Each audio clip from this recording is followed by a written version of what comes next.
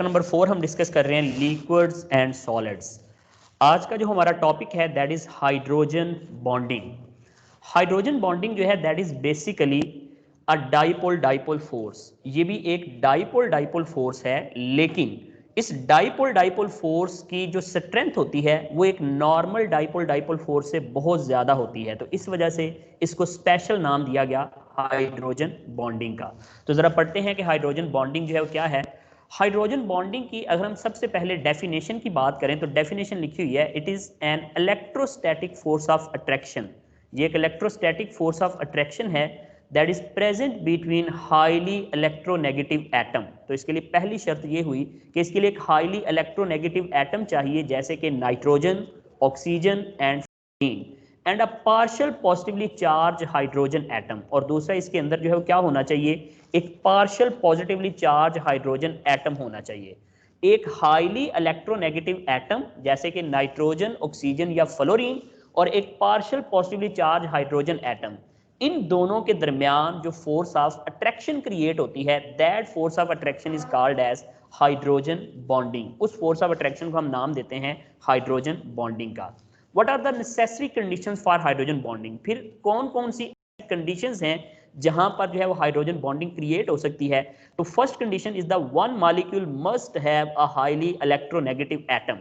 एक मॉलिक्यूल के पास लाजमी तौर पर एक हाईली इलेक्ट्रोनेगेटिव एटम होना चाहिए। यानी कि हाईली इलेक्ट्रोनेगेटिव एटम का जब हमने जिक्र किया ना, तो it must be nitrogen, oxygen और फ्लोरीन। यानी कि किसी भी मॉलिक्यूल के पास इन तीनों में से एक एटम लाजमी होना चाहिए। या उसके पास नाइट्रोजन होना चाहिए, या उसके पास ऑक्सीजन होना चाहिए, या उसके पास फ्लोरीन होना चाहिए।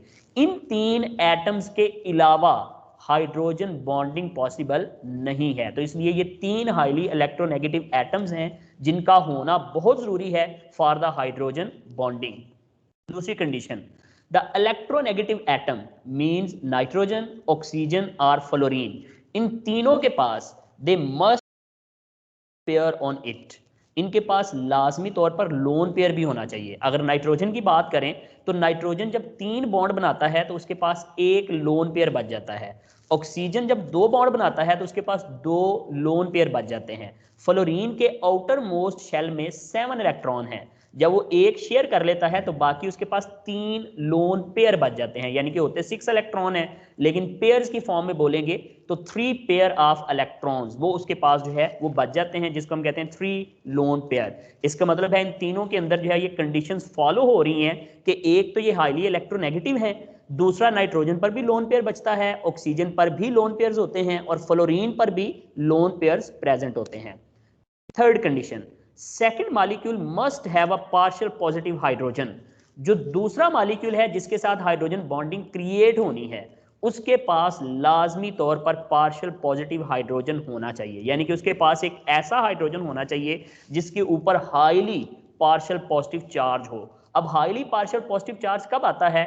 जब वो हाइड्रोजन किसी ऐसे एलिमेंट के साथ, किसी ऐसे एटम के साथ जुड़ा होता है जहां पर उसकी इलेक्ट्रोनेगेटिविटी का फर्क बहुत ज्यादा होता है। तो जाहिर सी बात है अगर वो हाइड्रोजन किसी हाईली इलेक्ट्रोनेगेटिव एटम से जुड़ा होगा तो उसके ऊपर पार्शियल पॉजिटिव चार्ज बहुत ज्यादा होगा। तो इसलिए हम कहते हैं कि there are 3 necessary conditions for the hydrogen bonding.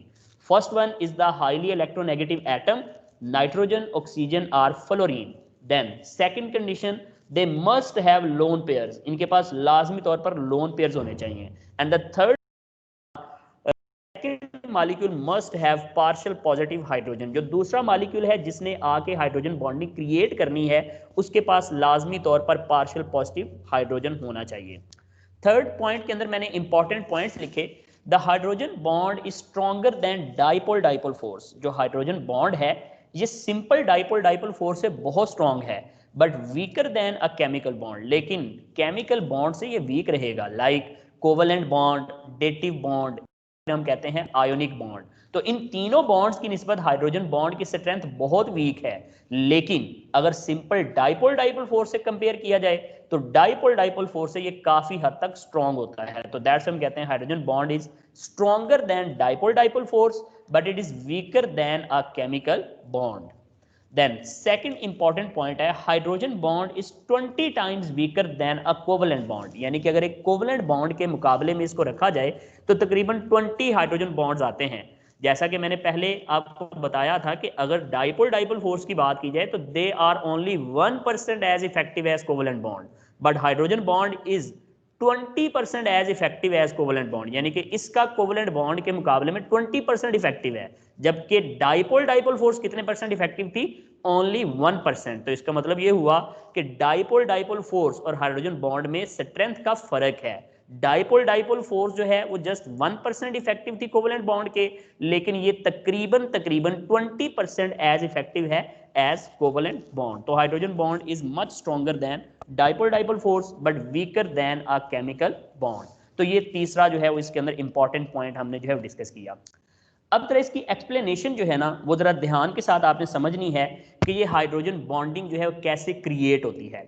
मैंने यहाँ पर ना 2 मेथड्स के साथ इसको एक्सप्लेन करने की कोशिश की है कि हाइड्रोजन बॉन्ड को हम कैसे एक्सप्लेन कर सकते हैं। जरा देखें, let's take an example of water molecule. Oxygen is more electronegative than hydrogen and the water is a polar molecule. हम जानते हैं कि ऑक्सीजन की इलेक्ट्रोनेगेटिविटी हाइड्रोजन से ज़्यादा है, इस वजह से जो वाटर है that is a polar molecule, ये एक पोलर मॉलिक्यूल है। अब मेथड 1 क्या है, मेथड 1 के अंदर मैंने ये दिखाया है कि देखें ज़रा वाटर की केस में तो ऑक्सीजन चूंकि ज़्यादा इलेक्ट्रोनेगेटिव है तो ये जो इलेक्ट्रॉन पेयर है जो इन्होंने आपस में शेयर किया हुआ है ये ऑक्सीजन के ज़्यादा करीब रहेगा।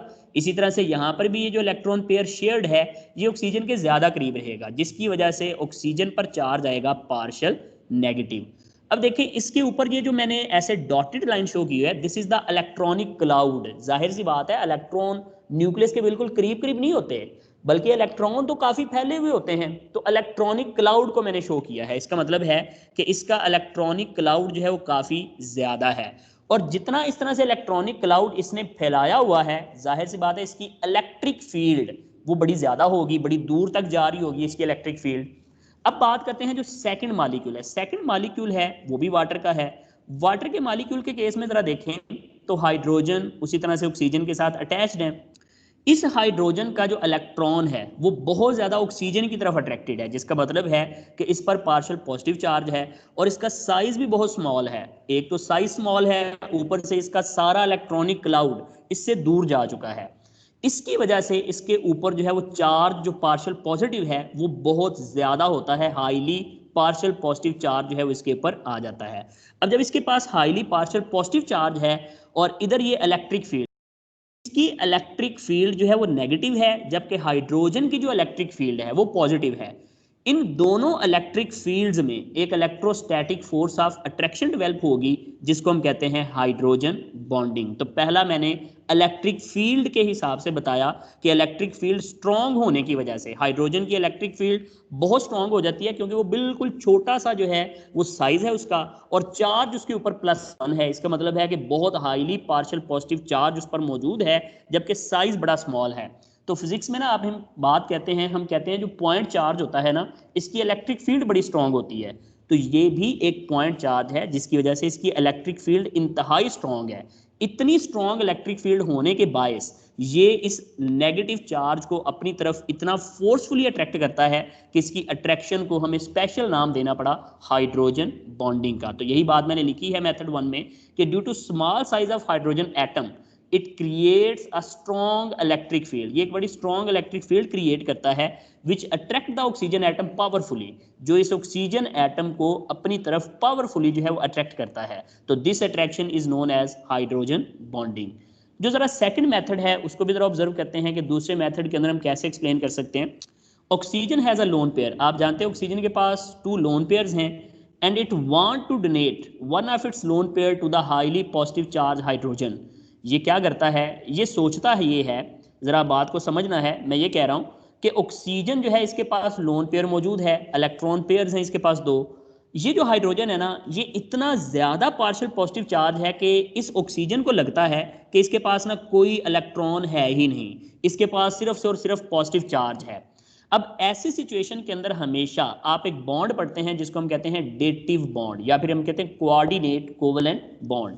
क्या होता है कि ऑक्सीजन ये समझता है कि इस हाइड्रोजन के पास ना कोई भी इलेक्ट्रॉन नहीं है, वो इसको अपना इलेक्ट्रॉन पेयर शेयर करने की कोशिश करता है। वो कहता है इलेक्ट्रॉन पेयर आपस में शेयर कर लेते हैं और शेयर करके ना आपस में एक डेटिव बॉन्ड की फॉर्मेशन कर लेते हैं। जब ये अपने इलेक्ट्रॉन इस तरफ जो है वो शेयर करने की कोशिश करता है तो हाइड्रोजन एक्सेप्ट तो नहीं करेगा, क्योंकि हाइड्रोजन ने तो ऑलरेडी बॉन्ड बनाया हुआ है और उसका बड़ा हाईली एक जो है वो कोवलेंट बॉन्ड मौजूद है। तो वो हाइड्रोजन उसके इलेक्ट्रॉन्स को फुली एक्सेप्ट नहीं करता। अगर फुली एक्सेप्ट कर ले तो फिर तो डेटिव बॉन्ड की फॉर्मेशन हो गई, लेकिन वो फुली एक्सेप्ट नहीं करता। बट ये जो इलेक्ट्रॉन है ये ऑक्सीजन के भी इतने करीब नहीं रहते जितने पहले थे, ये थोड़े से ऐसे शेयरिंग की फॉर्म में आ जाते हैं, जिसको हम कहते हैं a loose dative bond is formed, यानी कि एक बड़ा लूज सा एक डेटिव बॉन्ड इन दोनों के दरमियान बन जाता है, जो ना ही प्योरली बॉन्ड होता है और ना ही प्योरली एक सिंपल डाइपोल डाइपोल फोर्स है, बल्कि ये एक इंटरमीडिएट स्टेट आ जाती है जिसके अंदर सिंपल डाइपोल डाइपोल फोर्स से ये स्ट्रांग होता है, जबकि एक डेटिव बॉन्ड से क्या होता है, वीक होता है। तो इसको हमने स्पेशली फिर क्या नाम दिया, तो हमने इसको नाम दे दिया हाइड्रोजन बॉन्डिंग का। तो ये इसकी सेकंड एक्सप्लेनेशन है जिसको हम लूज डेटिव बॉन्ड की सूरत में जो है वो एक्सप्लेन कर सकते हैं। तो हम कहते हैं oxygen has lone pair and it want to donate one of its lone pair to the highly positive charge hydrogen so that they make a dative bond, ताकि वो dative bond बना सकें। Hence a loose bond is formed which is stronger than simple dipole dipole force। तो एक loose सा dative bond बनता है जिसको हम जो है सिंपल डाइपोल डाइपोल फोर्स से स्ट्रॉन्गर करा देते हैं और फिर हम उसको स्पेशल नेम दे देते हैं हाइड्रोजन बॉन्डिंग का। तो this is the formation of hydrogen bonding. अब जरा चलते हैं इसकी एग्जांपल्स की तरफ। तो देखिए मैंने वाटर की एग्जांपल्स आपको दिखाई कि देखिए इस केस में जब हम गैसियस स्टेट में वाटर को लेते हैं तो इसके दरमियान कोई अट्रैक्शन नहीं बनेगी। इसलिए नहीं बनेगी कि इलेक्ट्रिक फील्ड तो मौजूद है, ये आपको व्हाइट कलर की इलेक्ट्रिक फील्ड तो नजर आ रही है जो ऑक्सीजन के पास है, लेकिन इनकी स्पीड या इनकी काइनेटिक एनर्जी इतनी ज्यादा होती है स्टीम के अंदर कि ये एक दूसरे के साथ फोर्स ऑफ अट्रैक्शन क्रिएट नहीं कर पाते। लेकिन जब ये लिक्विड स्टेट में आया तो ये देखें इसकी इलेक्ट्रिक फील्ड ने इसके हाइड्रोजन को अट्रैक्ट किया और इस अट्रैक्शन की वजह से एक लूज सा बॉन्ड फॉर्म हो गया और इस लूज बॉन्ड को हम क्या कहते हैं, हाइड्रोजन बॉन्ड कहते हैं। सिमिलरली ये वाटर मॉलिक्यूल है तो ये देखें उसके अंदर भी ये एक फोर्स ऑफ अट्रैक्शन जनरेट हो रही है, this is also known as hydrogen bond. Similarly आप किसी भी वाटर मॉलिक्यूल को देखें तो उसने फर्दर दो वाटर मॉलिक्यूल को अपने साथ जो है वो अटैच किया हुआ है। तो लिक्विड के केस में ऐसे ही होता है कि हर water molecule further to water molecules को अपने साथ अटैच करके दो हाइड्रोजन बॉन्ड्स की फॉर्मेशन जो है वो कर सकता है। जबकि जब हम सॉलिड वाटर की बात करते हैं, आइस की बात करते हैं, जिसका जिक्र हम आगे इसकी एप्लीकेशन में भी करेंगे, तो वहां पर हर वाटर मॉलिक्यूल तकरीबन जो है वो चार वाटर मॉलिक्यूल के साथ जो है वो अपनी फोर्स क्रिएट कर लेता है। ये जो व्हाइट कलर के डॉट्स आपको नजर आ रहे हैं ना छोटे छोटे, ये असल में इसकी इलेक्ट्रिक फील्ड को शो कर रहे हैं। तो इलेक्ट्रिक फील्ड के साथ देखें किस तरह से हाइड्रोजन बॉन्डिंग एक वाटर मॉलिक्यूल ने इस तरह से जो है चार वाटर मॉलिक्यूल्स को अपने गिर्द सराउंड करवाया हुआ है। तो सॉलिड वाटर के केस में, आइस के केस में जो है इस तरीके से हाइड्रोजन बॉन्डिंग जो है वो क्रिएट होती है। तो ये हाइड्रोजन बॉन्डिंग की मैंने एक सिंपल सी जस्टिफिकेशन जो है वो आपको दिखा दी है। देन इसके बाद एग्जाम्पल्स की बात करते हैं। तो देखें इस केस में एग्जाम्पल सबसे पहली वाटर की है। तो water form two hydrogen bonds per molecule, water जो है वो दो हाइड्रोजन बॉन्ड बनाता है पर मॉलिक्यूल। जैसे कि देखें ये एक वाटर मॉलिक्यूल है तो इसके ऑक्सीजन के पास टू लोन पेयर्स हैं, जबकि इधर एक एक हाइड्रोजन इनका जो है वो बना रहा है, तो इधर हाइड्रोजन बॉन्ड की फॉर्मेशन हो सकती है। अब ऐसा क्यों है, because oxygen have two lone pair, क्योंकि ऑक्सीजन के पास दो लोन पेयर हैं तो ये दो लूज डेटिव बॉन्ड बना सकता है। तो इस वजह से हम कहते हैं कि ये दो जो है वो हाइड्रोजन बॉन्ड की फॉर्मेशन कर सकता है। And each molecule have two partial positive hydrogen, और दूसरी बात ये भी है कि हर मॉलिक्यूल के पास दो दो पार्शियल पॉजिटिव हाइड्रोजन भी हैं।